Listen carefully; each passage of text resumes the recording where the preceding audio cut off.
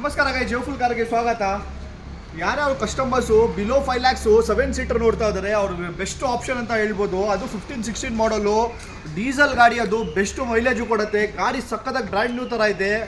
ಒಂದು ಸತಿ ಬಂದು ವಿಸಿಟ್ ಮಾಡಿ.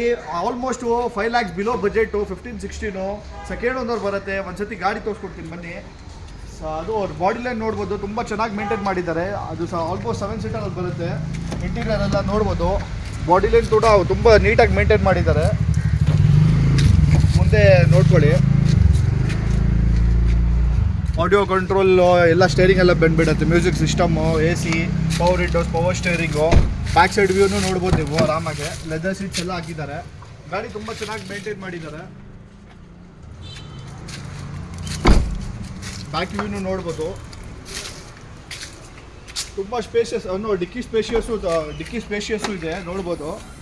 ಈಗ ಇದ್ರಲ್ಲಿ ನೋಡ್ಬೋದು ನೀವು, ಬ್ಯಾಕ್ ಸೀಟ್ ಸ್ವಲ್ಪ ಹಿಂದೆ ಬಂದುಬಿಡುತ್ತೆ. ಡಿಕ್ಕಿಯಲ್ಲಿ ಏನು ಇಟ್ಕೊಳಕ್ಕಾಗಲ್ಲ. ಇದು ಡಿಕ್ಕಿನೂ ಸ್ಪೇಷಿಯಸ್ ಇದೆ. ಗಾಡಿ ತುಂಬ ವೈಲ್ಡ್ ಮೇಂಟೈನ್ ಅಂತ ಹೇಳ್ಬೋದು.